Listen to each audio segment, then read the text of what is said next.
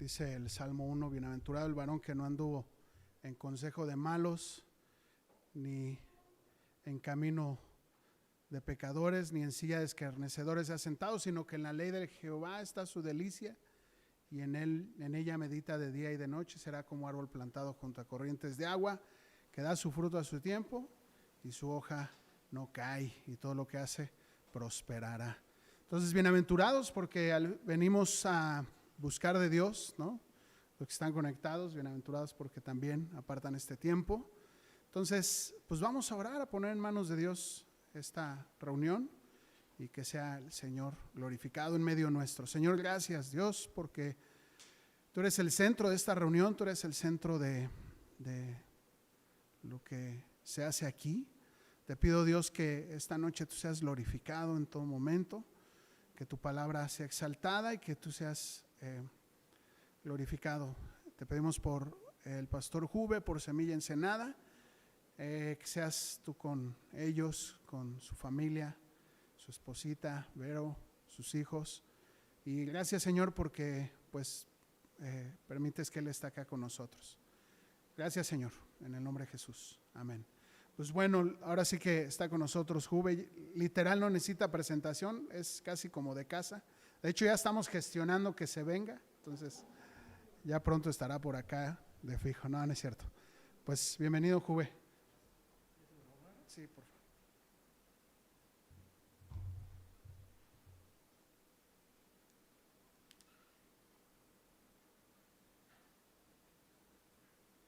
Hola a todos.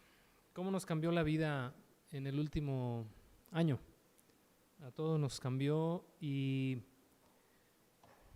lo ideal sería que la vida nos cambie para bien, que aprendamos de cada circunstancia y cada situación que vivimos a lo largo de los días que Dios nos permite en este mundo, en esta tierra, no pasar a través de tantas situaciones. Digo, esta es una de quizás muchas que ya has pasado, o de quizás de algunas que todavía nos falten, ¿no? Porque pues todavía nos acaba la cuerda. Y no sabemos qué tantas otras cosas tengamos que enfrentar a lo largo del tiempo. Pero creo que siempre lo importante es cómo salimos de cada situación, de cada experiencia. Si por alguna razón, porque creemos y esperamos que esta pandemia ya la vamos viendo un poquito más lejos, hacia atrás, si por alguna razón regresamos a nuestra normalidad igual que como entramos, entonces algo no aprendimos, algo no pudimos identificar o algo no pudimos capitalizar en cuanto a la experiencia. Pero espero que no sea el caso de ninguno, de verdad de ninguno, jóvenes o no tan jóvenes, que todos aprendamos lo que Dios nos quiere enseñar. Yo quiero invitarlos hoy a que abran sus Biblias en el libro del profeta Isaías.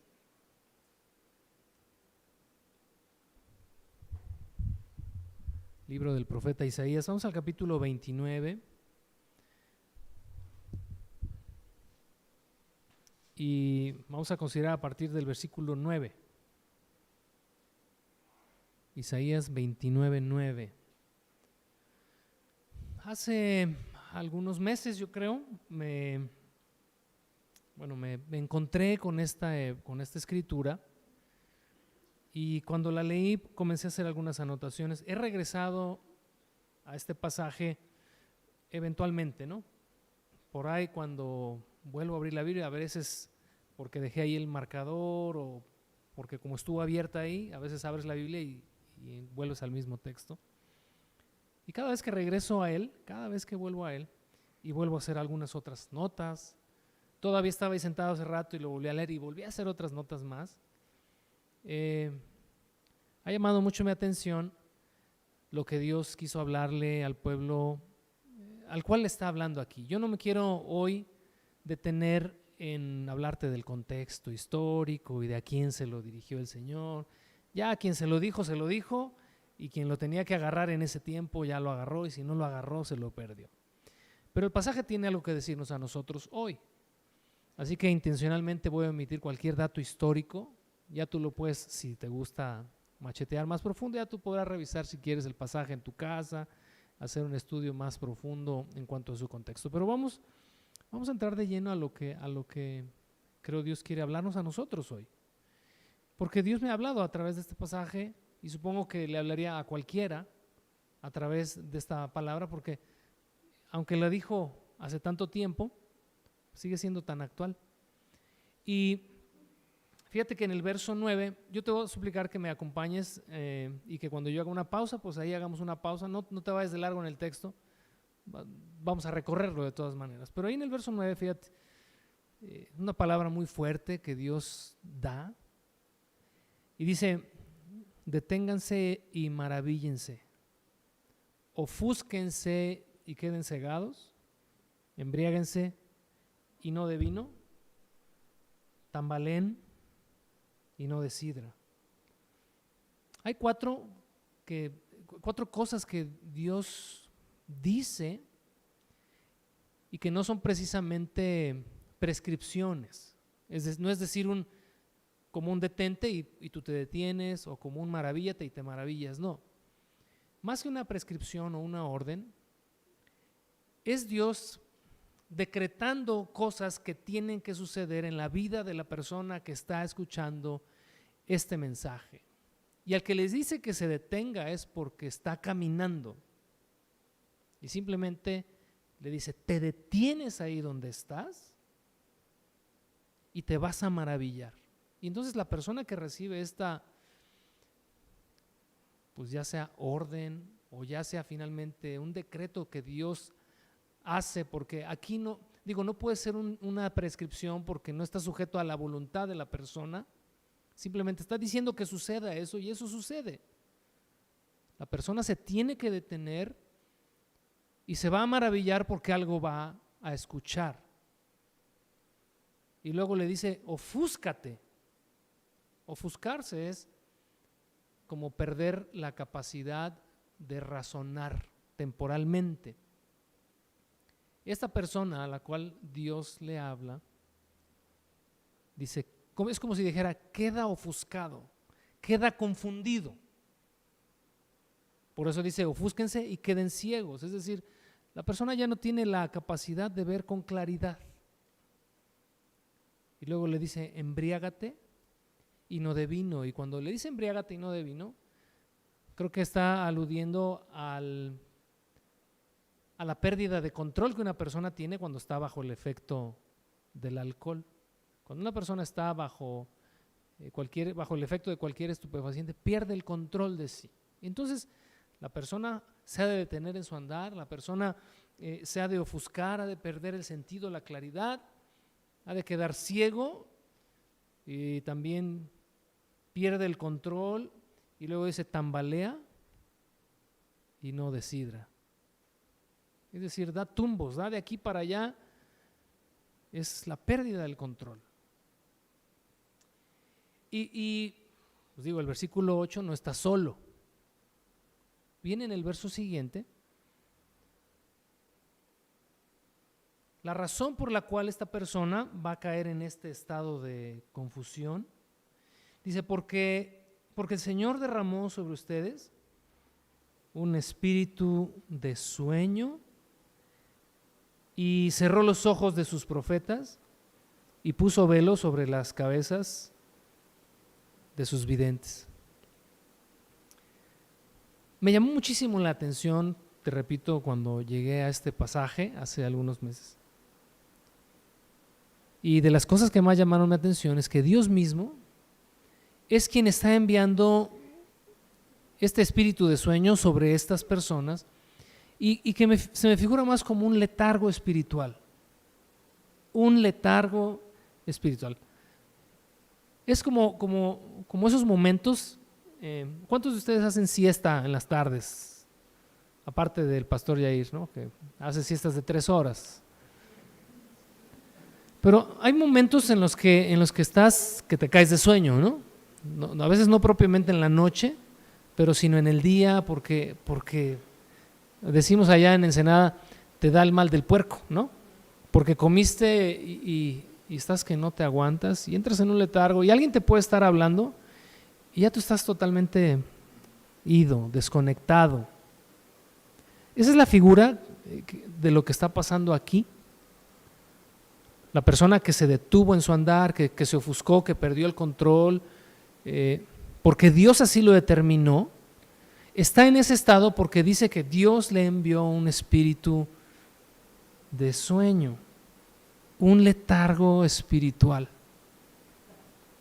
Yo quiero que me acompañes para darte el contexto, bueno, no el contexto, discúlpame, para darte una referencia, es la palabra, una referencia de otra ocasión en la que Dios hizo algo similar. Acompáñame por favor allá a Primera de Reyes, primer libro de los Reyes, capítulo 22.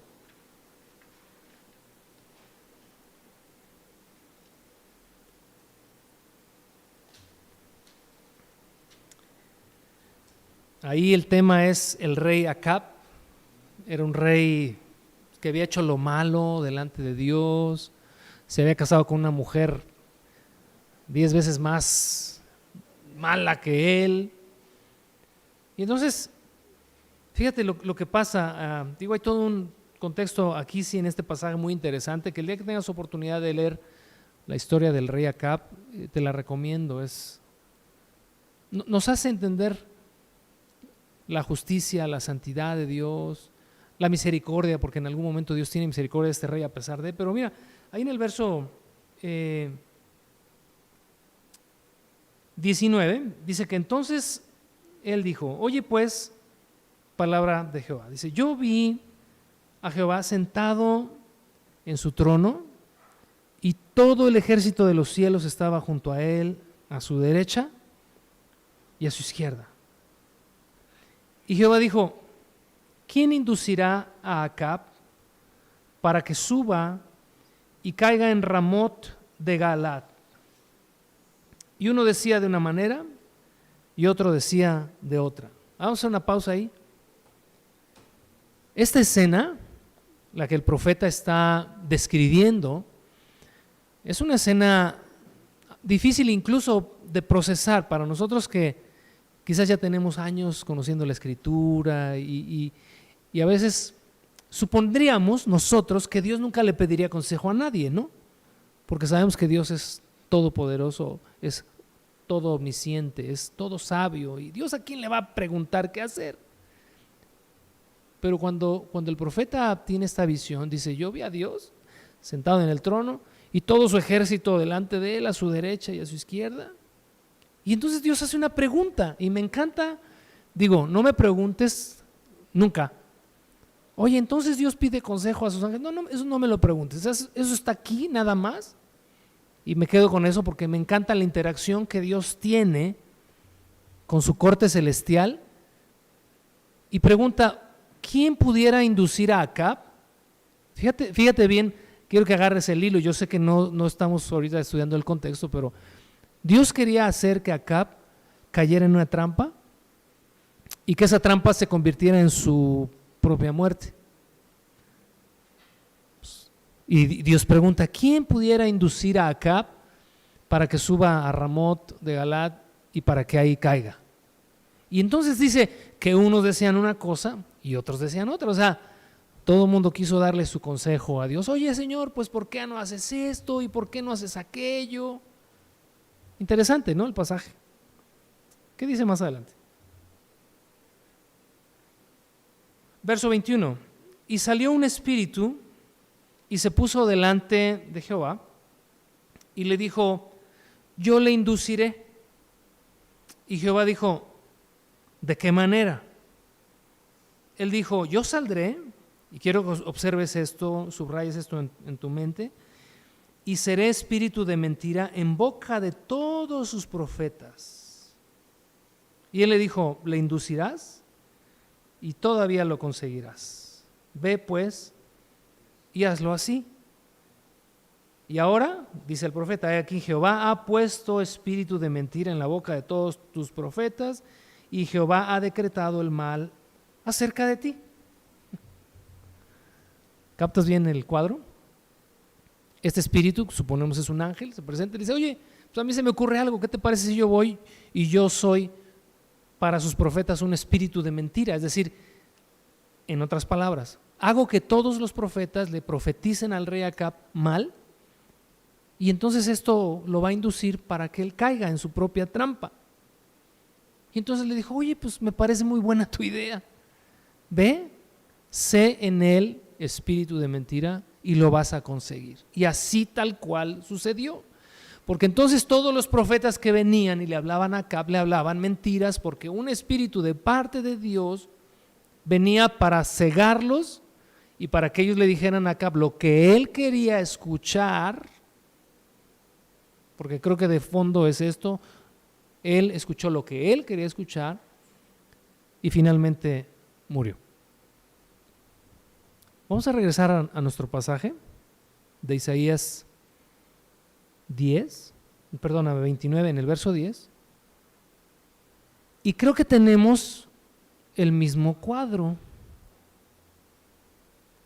La razón por la que estas personas a las cuales Dios les está hablando y caen en este letargo espiritual es porque Dios, dice, les envió un espíritu de sueño.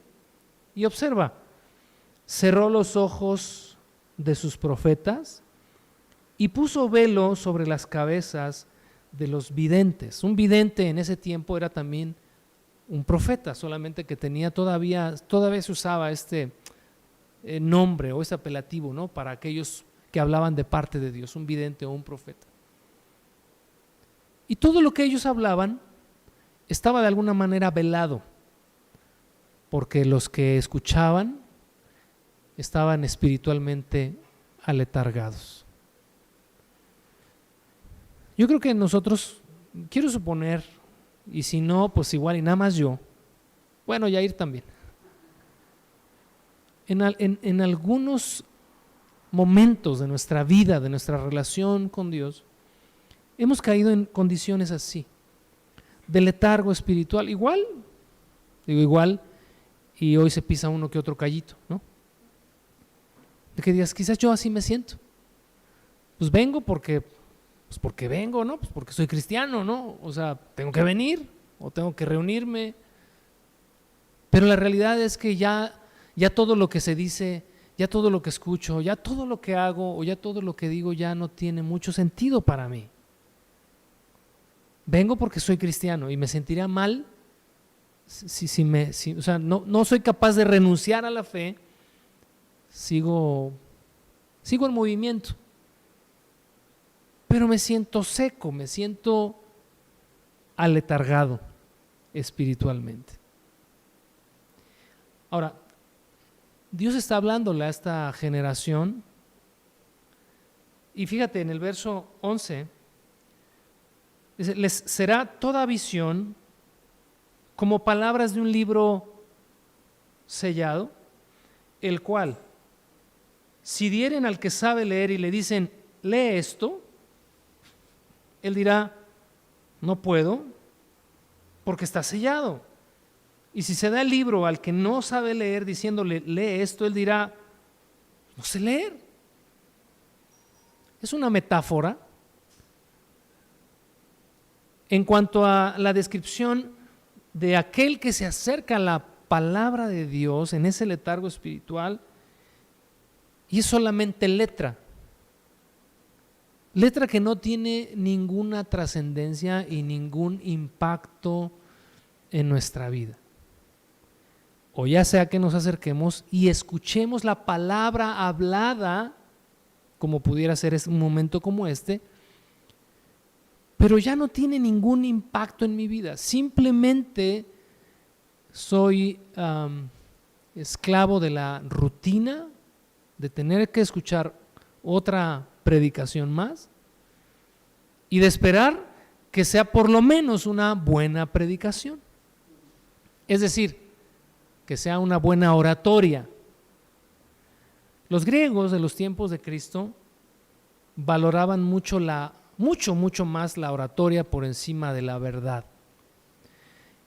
Yo estoy seguro de algo, que si el apóstol Pablo predicara el día de hoy, no sería popular, porque él mismo escribe, creo que es en la carta a los Corintios, escribe porque lo reconoce, que en cuanto a las expectativas de la oratoria que se tenían en aquellos tiempos, cuando la cultura griega estaba en su máximo apogeo, pues él como orador era pésimo y él mismo lo reconoce.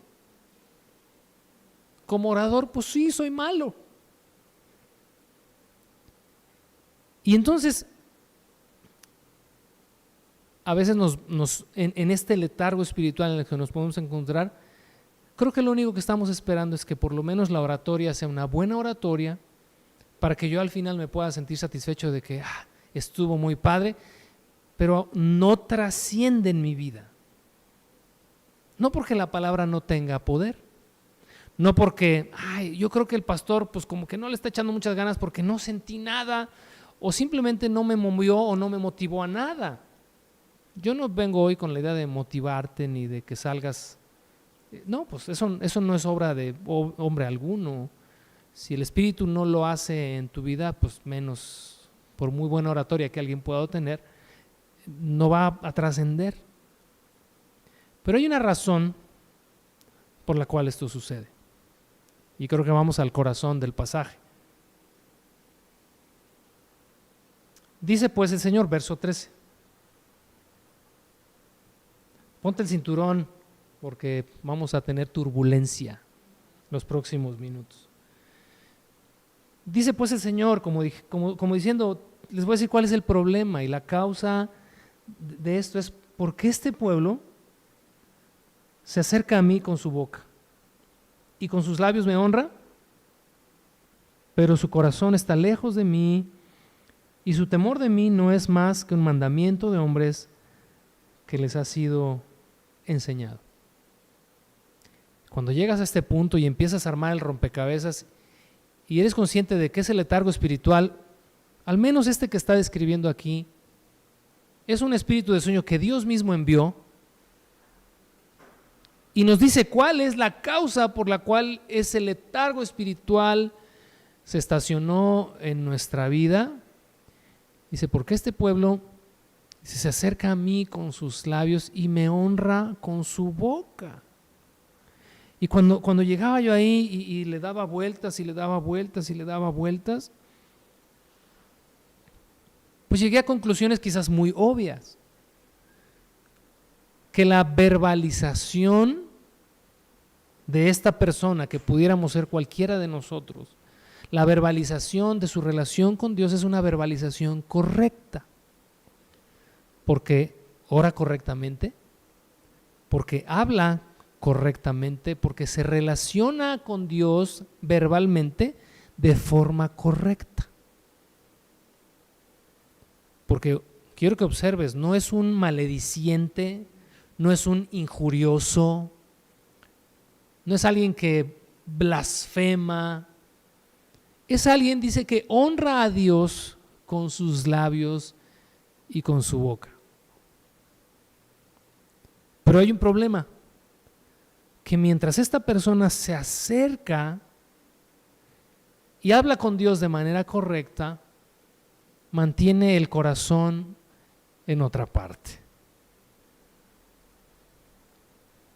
Mantiene el amor en otra parte. Creo que cuando habla del corazón está hablando del amor. Porque Dios nos llama a una relación de amor.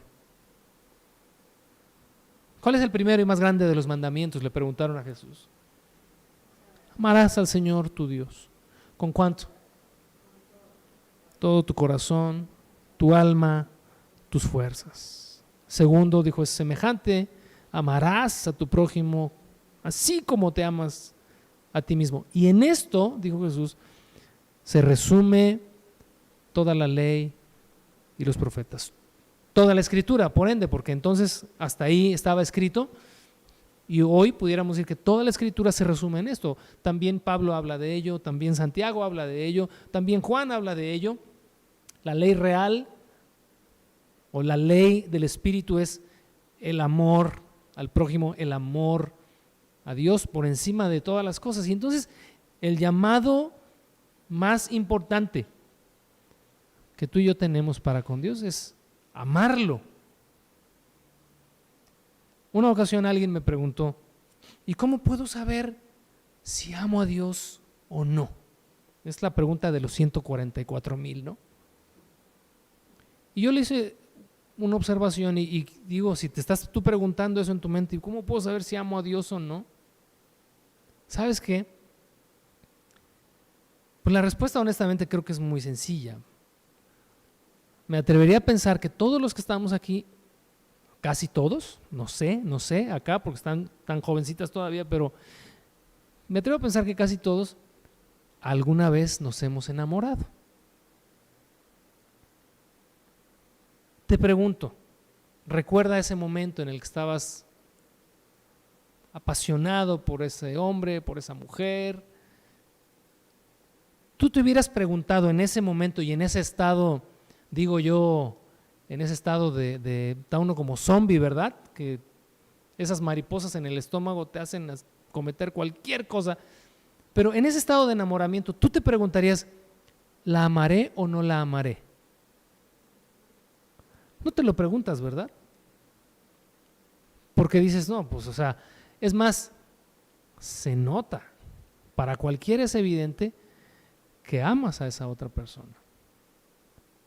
El amor es como dice un amigo allá en Ensenada, el amor es como el dinero, no se puede esconder. Quien lo tiene y es evidente para todos, aunque él trate de pasar como pobre, lo tiene. El enamoramiento es igual. Así que preguntarnos, ¿amaré a Dios o no lo amaré? Pues si ya nos lo estamos preguntando, lo más seguro es que no estamos enamorados. Porque si estás enamorado de tu Señor, si tienes una relación de amor, no de labios, sino de amor, de corazón, ni te lo preguntas.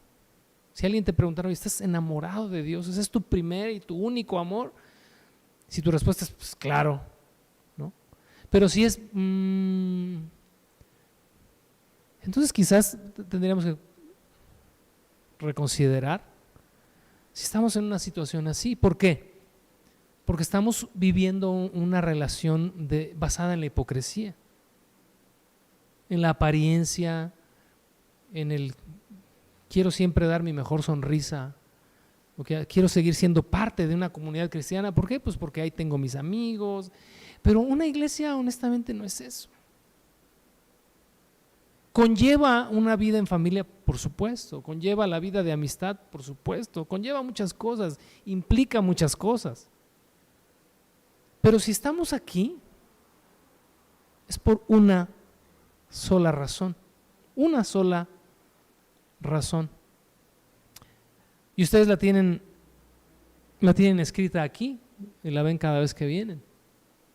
Que te conozcan a ti y a Jesucristo a quien tú has enviado. Conocer, no en un sentido intelectual. Conocer, no, fíjate, este verso que acabamos de leer es muy profundo porque no solamente dices que este pueblo se acerca con labios y con boca, pero el corazón está lejos de mí, sino que lo leíste al final, ¿no? La segunda parte del verso. Dice, el temor que ellos tienen de mí es un mandamiento que otros le enseñó. O sea, es como, ok, tú me dices que Dios es así, ok, pues está bien. Que hay que obedecerlo, ok, está bien. Que ya no hay que hacer esto, ya no hay que hacer, pues lo hago. Dice, el temor que tienen de mí es porque alguien les dijo que lo tenían que hacer así, pero no es porque tengamos una relación de conocimiento. Es una relación basada en el conocimiento o en la experiencia ajena. Su temor de mí es un mandamiento que les fue enseñado.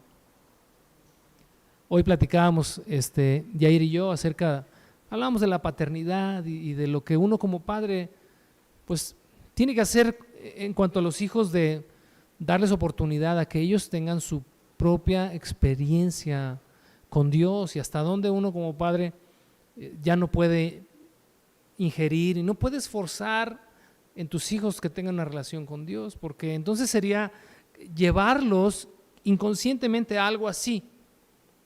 El temor que mis hijos tienen de Dios es porque yo les he enseñado que hay que temer a Dios y punto, y hay que obedecerlo. Y Dios está diciéndole, porque quizás estos muchachos tienen un letargo espiritual porque se acercan y hablan como cristianos, se comportan como cristianos y temen a Dios porque eso les dijeron que hay que hacer, pero no han conocido esto. No tienen una relación de conocimiento personal e íntimo con Dios.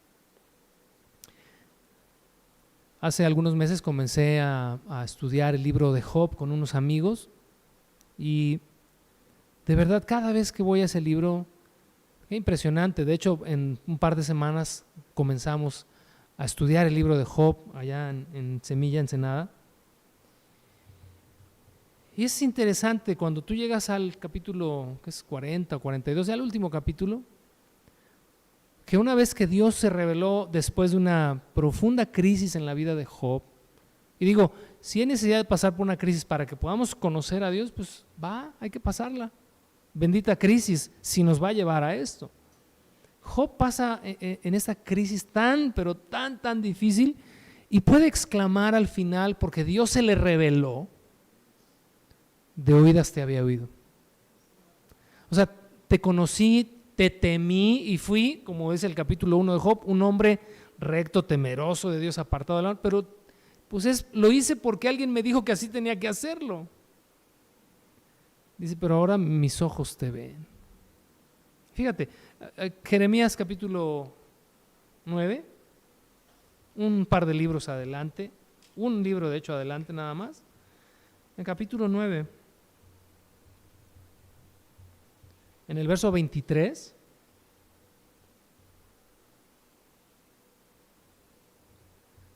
así dijo el Señor, no se alabe el sabio en su sabiduría, no es por lo que sepas de Dios, no es por lo que sepas de Dios. Mira, hago una pausa aquí, permíteme. Ahí en Primera de Corintios, creo que es en los primeros capítulos de Primera de Corintios, dice el apóstol Pablo, ¿no? Fui con ustedes, dice, y no fui con excelencia de palabras ni de sabiduría, dice, para que su fe no esté fundada en la sabiduría de los hombres, sino en Dios. Y si me propuse no saber entre ustedes cosa alguna, dijo, sino a Jesucristo y a este crucificado. Me he cuestionado mucho me he cuestionado. Y lo he platicado, todavía lo platiqué recientemente con alguien. Decía, ¿hasta qué punto? Y hablo, o sea, estoy hablando de mí como la persona responsable, ¿no?, de una congregación y que los llevo siempre pues a estudiar la palabra, profundizar en ella, etcétera. Digo, pero ¿hasta qué punto hemos tomado el camino correcto en cuanto a volvernos unos eruditos bíblicos? Digo, no estoy diciendo que esté mal profundizar en la palabra, o sea, lo que yo hago y pues estaría dando, como dicen, poner con una piedra en la boca, pero no puede ser eso más importante, y creo que es el punto, no puede ser eso más importante que nuestra relación con Dios, esa que no requiere de erudición. Porque me he encontrado a lo largo de la vida que hay personas que quizás no saben tanto, como el ciego. Me encanta ese pasaje del Evangelio de Juan cuando Jesús sanó un ciego y este ciego pues no supo quién lo sanó y luego arremeten contra él los escribas y fariseos. ¿Y quién te sanó? Y él dijo, pues yo no sé, nada más alguien me dijo que si quería ver y yo le dije que por supuesto. Y dice, pues aquí veo. Y entonces, no, tú estás en pecado porque no debes haber recibido tu sanidad en sábado. Y fíjate, este hombre lo único que decía, pues yo no sé quién me sanó y yo no sé si está bien que sanen en sábado. Lo único que sé es que antes era ciego y ahora veo. Cuando pasamos por ese capítulo de Juan, hace años ya, me acuerdo que el tema o el título de esa enseñanza fue una fe sencilla. El chavo, digo, pues así de simple, ¿no? Yo antes era ciego y ahora veo. Y no, pues es que la predestinación, y no, pero es que la responsabilidad humana, y tantas cosas en las que a veces nosotros como pastores nos metemos. Y he llegado a la conclusión de, hey, pues hagamos las cosas más sencillas, ¿no? Pues antes era ciego y ahora veo. Yo no sé si fui predestinado. Y fíjate, ahora sí que voy a usar como dijo Pablo, no te lo estoy diciendo porque sea ignorante, porque conozco de esos temas, pero delante de Dios te digo, pues ya a estas alturas yo digo, pues yo no sé si fui predestinado. Yo lo único que sé es que hoy, en la misericordia de Dios, pues aquí me tiene y me ha trazado un camino de bendición y de salvación por delante y que debo andar en él y listo. Si alguien más se quiere quebrar el coco y quieren tener debates, que si fue, que si no fue, pues ahí debatan ustedes, ¿no? La historia de aquel ciego nos enseña mucho. Y fíjate aquí, regresando a Jeremías, porque no he terminado Jeremías 9, no se alabe el sabio en su sabiduría, ni en su valentía se alabe el valiente, ni el rico se alabe en sus riquezas, más alábese en esto el que se hubiere de alabar, en entenderme y conocerme. Entiéndeme y conóceme. Entiéndeme y conóceme. Y yo creo que con estas dos tendríamos como para darle vueltas en nuestro corazón. Señor, ¿qué quieres decir con entiéndeme y conóceme? Para los que están casados, ¿quién te entiende mejor que la persona que vive contigo? Digo, no que te entienda porque eres una blanca palomita, o sea, te entiende porque ya te conoce, ¿no? Te entiende y te conoce. Pues por la relación, por la convivencia, por los años. Y es como si Dios dijera lo mismo. Oye, en nuestra relación, si de algo te puedes sentir orgulloso, ¿verdad? En el buen sentido. Y si de algo te puedes sentir satisfecho, pleno, es de que me entiendes y que me conoces. O sea, imagínate que Dios dijera eso de algunos de nosotros o de todos nosotros. Este chavo o esta chava, este sí me entiende. Fíjate, David era un hombre imperfecto, ya ni qué decir del angelito.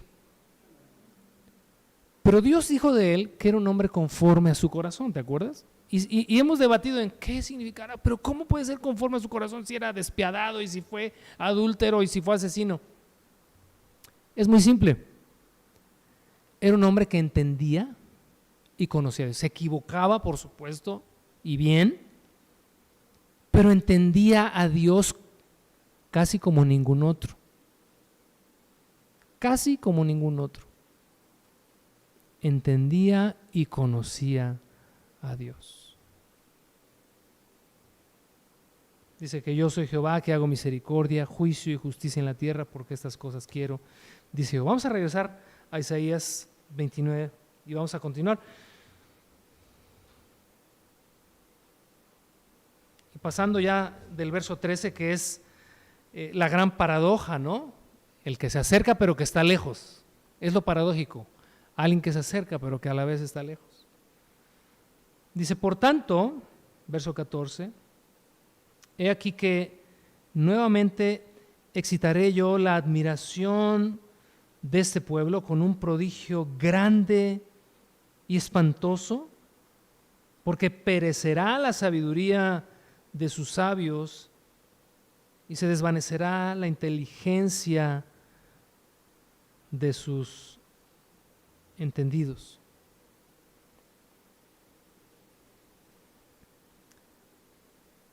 Tiempo después, cuando Cristo viene al mundo y cuando Dios revela a través de él su plan de salvación, fue algo terrible y espantoso para los judíos. Es declarado como de hecho, fíjate ahí, un capítulo antes, en el verso 16 del capítulo 28, dice Jehová el Señor, dice así, he aquí que yo he puesto en Sión por fundamento una piedra probada, angular, preciosa, de cimiento estable, el que creyere no se apresure. Y cuando se cita en el Nuevo Testamento este pasaje, dice que para el pueblo de Israel, esta piedra que desecharon los edificadores ha venido a ser piedra del ángulo, Dice, y roca que hace caer.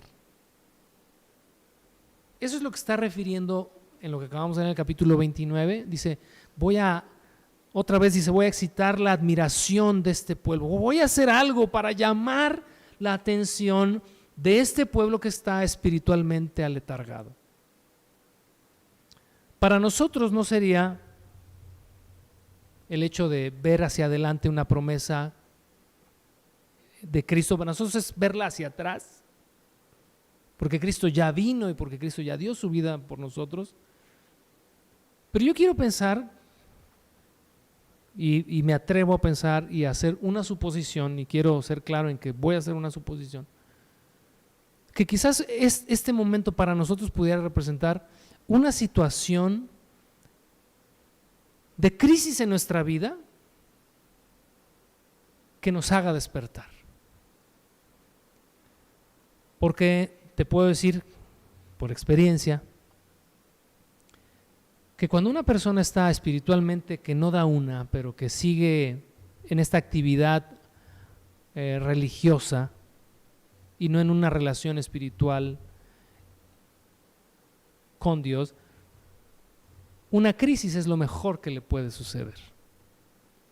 Después de que salieron de la enfermedad, o después de que salieron de la bancarrota económica, o después de que salieron de un problema matrimonial, o después de que salieron de cualquier cosa, la persona entra en una relación renovada con Dios. Y quizás ya lo viviste en algún momento, porque mira, casos te pudiera citar muchos. Mi propia vida he tenido en mi vida muchas experiencias así, que las crisis son las que más te acercan a Dios. Y digo, si ese sería el día espantoso y terrible, que haga despertar nuestra admiración, que nos haga salir de esta condición de letargo espiritual, pues como Job, benditas crisis, si nos han de llevar a otra vez vivir esa relación fresca que teníamos con el Señor, quizás tiempo atrás. Mira, cuando Jesús habla a las iglesias, a las 7 iglesias, a la primera a la que habla en Apocalipsis 2 es a Éfeso. Y le dice, yo conozco tus obras. Y quiero que observes en el mensaje a la iglesia de Éfeso que es muy similar a esta generación a la cual le está hablando y que quizás pudiera ser alguno de nosotros. Dice, conozco tus obras, que conozco tu trabajo, tu paciencia, que no toleras a los que se dicen ser judíos y no lo son, sino sinagoga de Satanás, y que no has negado mi nombre, etcétera, etcétera, etcétera. Pero tengo contra ti ¿qué? ¿Te acuerdas? Que has dejado tu primer amor. Tienes toda la pinta de tener una relación conmigo, pero tú sabes que no la tenemos. Tú sabes que tienes una religión muy padre, pero dejaste tu primer amor. Y fíjate, cuando le dice a la iglesia de Éfeso, dejaste, es porque la persona en algún momento abandonó su comunión y su relación con Dios. Por tanto, dice, arrepiéntete y vuélvete de donde caíste. Y cuando uno lee eso, está uno entendiendo que hubo un punto en el que la persona comenzó su descenso. Dice, porque si no, vendré y quitaré tu candelero de tu lugar si no te hubieres arrepentido. Todas las iglesias a las cuales el Señor Jesús exhorta, que son 5 de 7, imagínate la mayoría, yo siempre que leo esos porcentajes digo, ay Dios mío, ojalá fuera al revés, ¿no? Que de las 7 a una le llama la atención y las otras 6 van bien, pero lamentablemente la mayoría siempre son aludidos a que andan, se fueron por las tortas y no volvieron.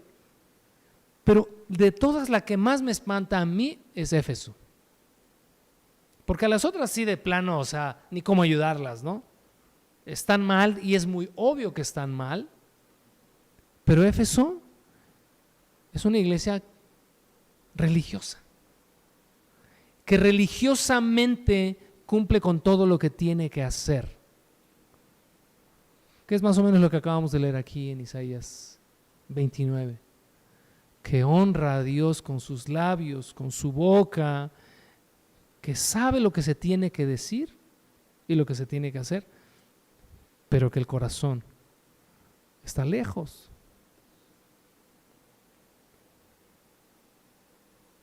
Verso 15 y 16, y vamos a terminar. Dice: hay de los que se esconden de Jehová, encubriendo el consejo, y sus obras están en tinieblas, y dicen: ¿quién nos ve y quién nos conoce? Mientras yo siga apareciendo aquí la pura verdad.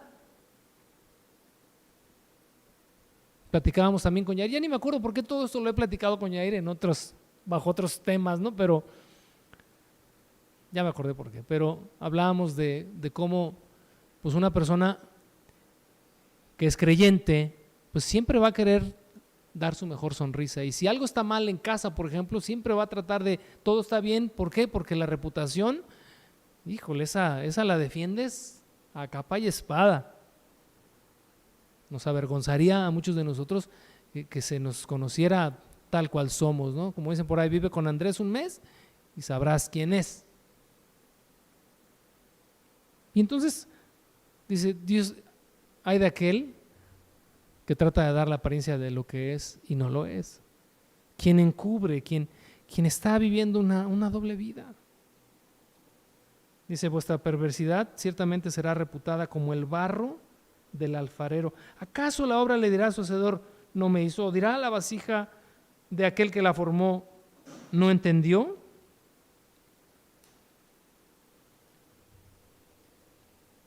¿Habrá manera de que nos escondamos de Dios?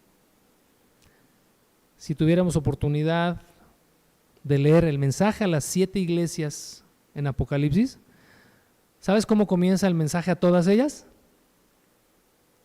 Hay una frase que es común a las 7. Yo conozco tus obras. Yo conozco tus obras. Y eso tendría que ser razón suficiente para que las patitas nos temblaran. Yo conozco tu corazón. Y sé que está cerca o sé que está lejos. Pero lo sé. Con eso termino. Cuando David pecó con Betsabé, yo creo, digo la escritura no lo dice, pero yo creo que Dios le dio un tiempo de oportunidad para alinearse, pero el profeta va a encontrarse con David cuando el hijo, producto de esa relación, ya había nacido. O sea, quiere decir que por lo menos, David dejó pasar un año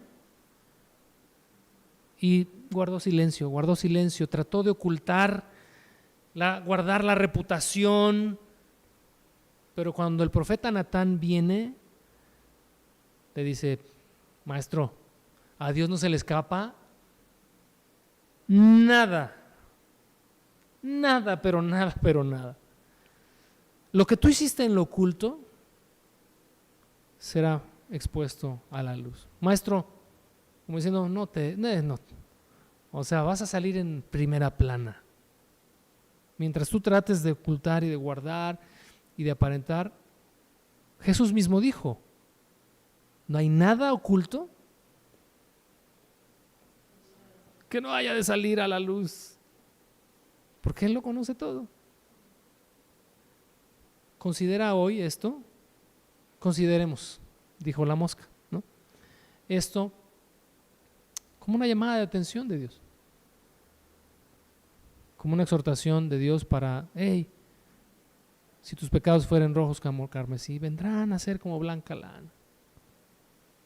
Hey, ven y hagamos cuentas. Y si me sales debiendo, que es lo más seguro, te voy a cancelar la factura. Pero necesitas venir y estemos a cuentas. ¿Cómo te voy a cancelar la factura? Tus pecados vendrán a ser como blanca lana. Te voy a perdonar, pero necesitas venir.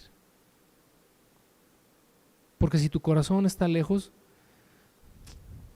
¿para qué nos hacemos? ¿No? El Señor dijo, no os hagáis, ¿no? Ja, ja, ja, ja, ja, ¿verdad? Como de nervios. Vamos a orar, vamos a orar. Señor, te damos muchas gracias esta noche. Gracias por hablarnos otra vez, reconvenirnos en cuanto a ese llamado esencial y básico que siempre nos has hecho, de amarte por sobre todas las cosas, de ser hijos tuyos las 24 horas del día, y Señor, a veces nos caemos en la trampa, nosotros caemos en nuestras propias trampas, parece que nosotros caváramos nuestras propias tumbas cuando suponemos que nuestras reuniones son o de alguna manera expresan o manifiestan nuestra relación contigo. Nada que ver, no tiene nada que ver, es una cuestión del corazón, del corazón. Tú sabes qué tan lejos o qué tan cerca está nuestro corazón parado ante tu presencia, Señor. Y quizás algunos de nosotros somos muy conscientes de que estamos muy lejos de ti, de que ni cuenta tal vez, no, bueno, no ni cuenta, pero simplemente nos alejamos poco a poco y ahora estamos tan lejos del camino que no sabemos ni siquiera cómo regresar. Nos sentimos como perdidos en el bosque. Señor, muéstranos el camino de regreso a ti. Aviva nuestro corazón para que podamos, Señor, a través de este reencuentro,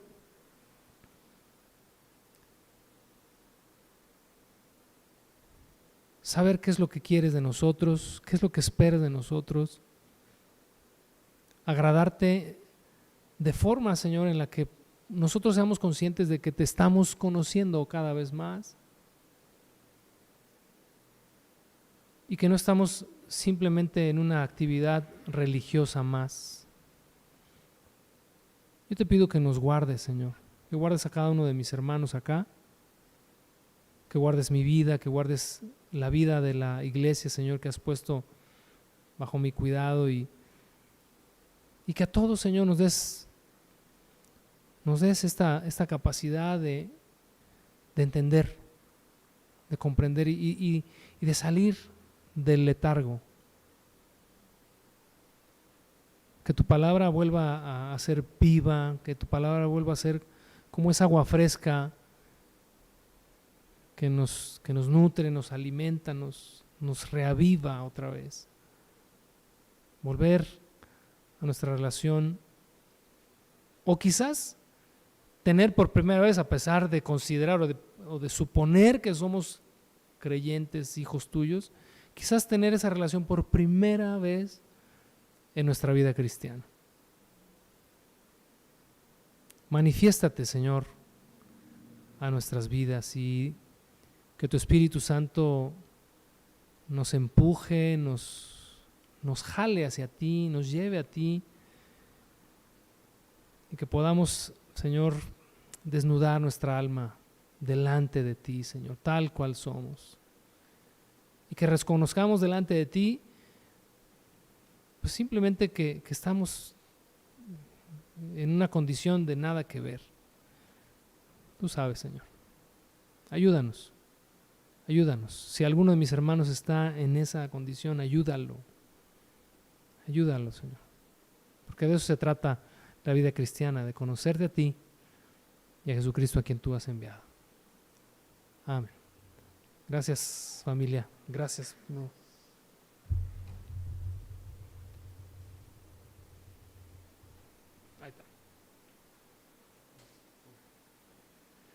Pues gracias a Dios, la verdad es que al final en esto consiste, ¿no? La teología de Plaza Sésamo, ¿no? Lejos, cerca, ¿no? Y no hay medios, ¿verdad? No hay puntos medios, o estás cerca o estás lejos, y con el fin de conocerle, y eso dará como resultado un fruto, ¿no? Que al final ese es el tema. Y quisiera subrayar algo de las palabras de Juve, que creo que definitivamente Dios nos ha estado hablando, ¿no? En el hecho de si hay algo que, lo que sea, que te ha alejado, o que, como decía ahorita Juve al final, a lo mejor nunca ha llegado ese momento de comunión con el Señor, cualquiera que sea esa la condición, pues lo único que tienes que hacer es venir a Él, ¿no? Listo, nada más. Y Él se encargará de todo lo demás, ¿no? Y como dice la canción de Marcos Vidal, he despertado en el redil y ni cuenta me fijé, ¿no?